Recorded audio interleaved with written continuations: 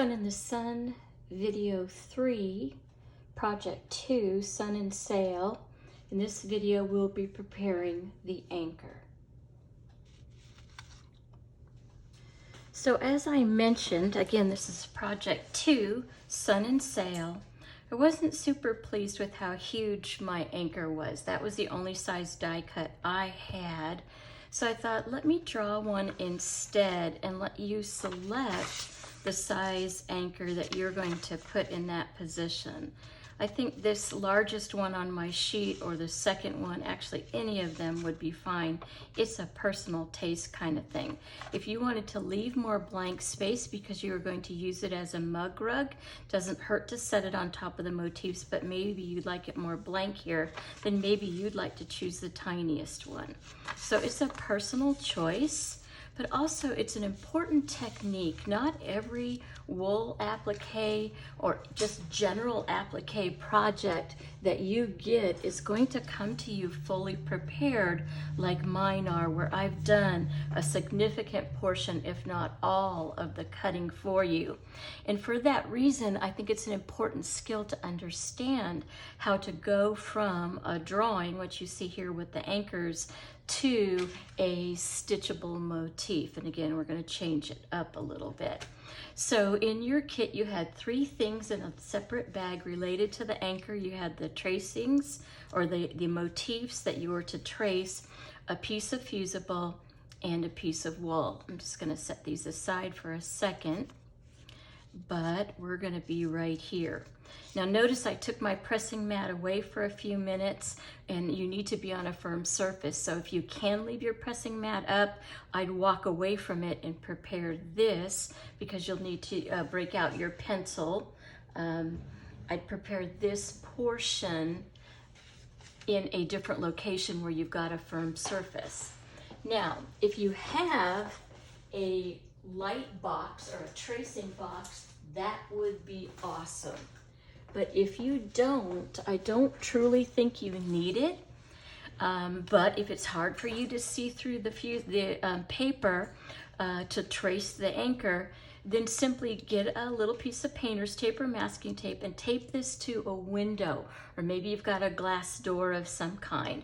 Tape this down first, and then you're going to hold this over it, and that simulates a light box if you think you need one.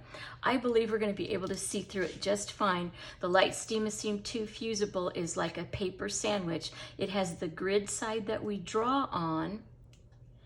It has the first waste paper side, which is just white paper, and in between those 2 layers it has the sticky fusible. So I'm going to choose this second size anchor just for the heck of it, and I'm going to lay that down on there.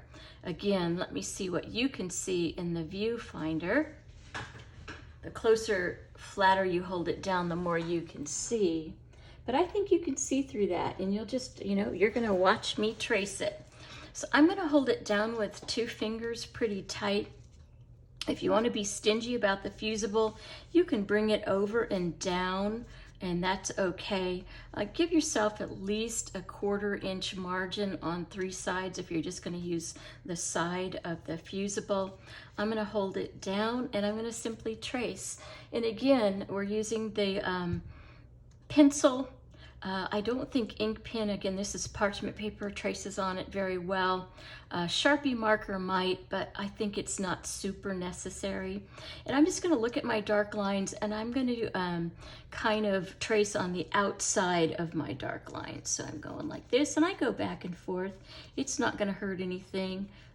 If it's, slightly asymmetrical, meaning its right and left side aren't perfectly even, I'm okay with that. In a real ocean world, one of the first things that gets pretty messed up with barnacles and rust and bangs and dings is, guess what? The anchor. So, if it's a little imperfect, I just think that's just the natural state of things. So now I'm doing this hook portion at the bottom. I'm going to start down here at the point and just kind of follow that line up and connect it.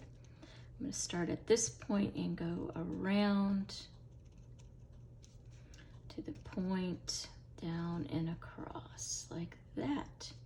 So there it is. I've traced my anchor. It was that simple. Now, in your directions, I think I put that little fusible ditty when it comes to tracing, and a ditty is just something for you to remember. I need you to remember that the first line I trace, which is right here, is absolutely the last line I cut.